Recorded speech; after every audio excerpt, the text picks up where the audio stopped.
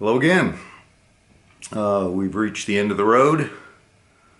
The full meal deal from a length of bar stock to finished product that you saw in the previous segment, the still photos. And so I got a couple of comments and then we'll wrap this up.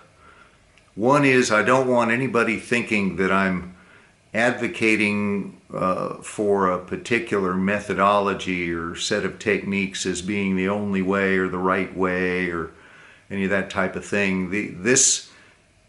In general, this type of activity, restorative things, whether it's paintings or watches or you name it, people that deal with antiques and so on, there's as many ways to skin that cat as there are cats, and you just come up with your own.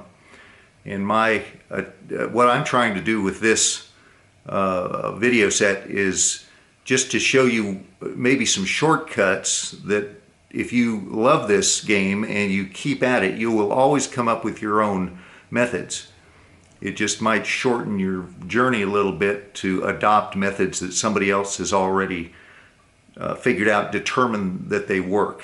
And so that's all this is. There's no implied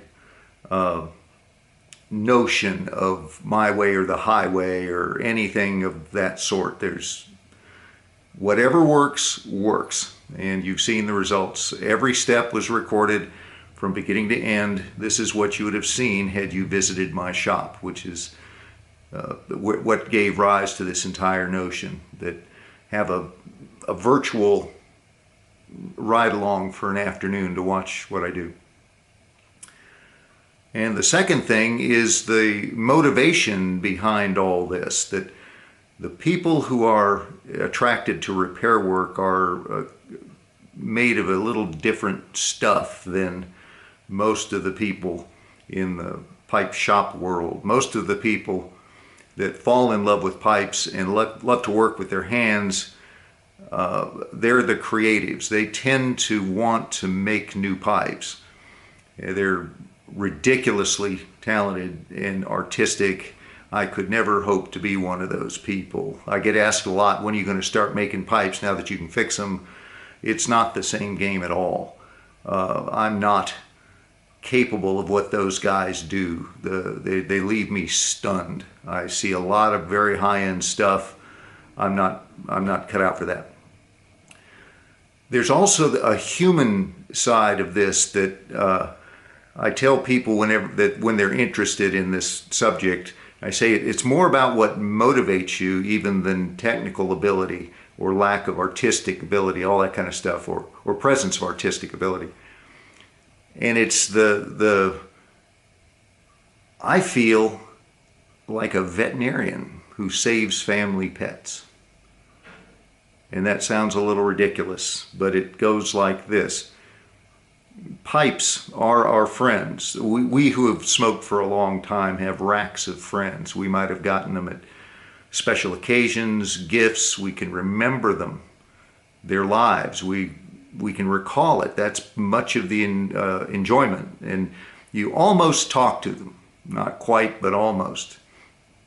And when one of them gets sick, gets stepped on, the shank snaps, the stem gets bitten through, then you're left with either disposing of it, maybe putting it on the mantle if you can't bear to throw it out, or getting it fixed. And so that energy is what drives me, because I feel like I'm saving people's existing friends, whereas pipe makers are making potential future friends. It almost sounds like semantics, but it's the primal force behind what I do.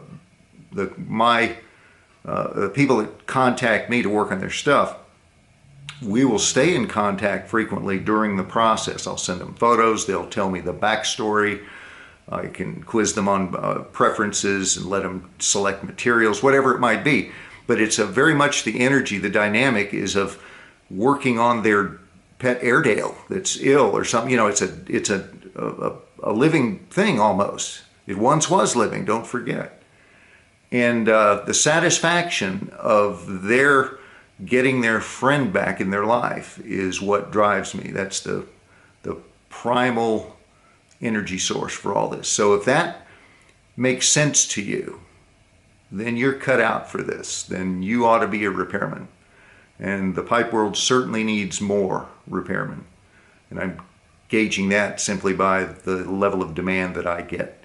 I don't advertise, I don't, nothing of the sort, and inbox fills up and the phone message machine fills up with great regularity. So that would indicate there's just not enough of me going around out there. I could clone myself 5 times over, and I think there'd still be plenty of work to go around. So anyway, that's it.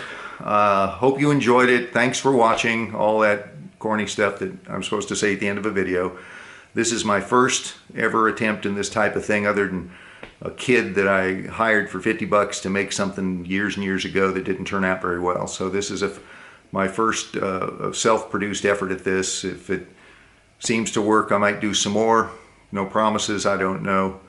But you're plenty to chew on for now. I did the math and it's a little over 3.5 hours of running time for this full set of videos. So chew on that, and we'll see where it leads.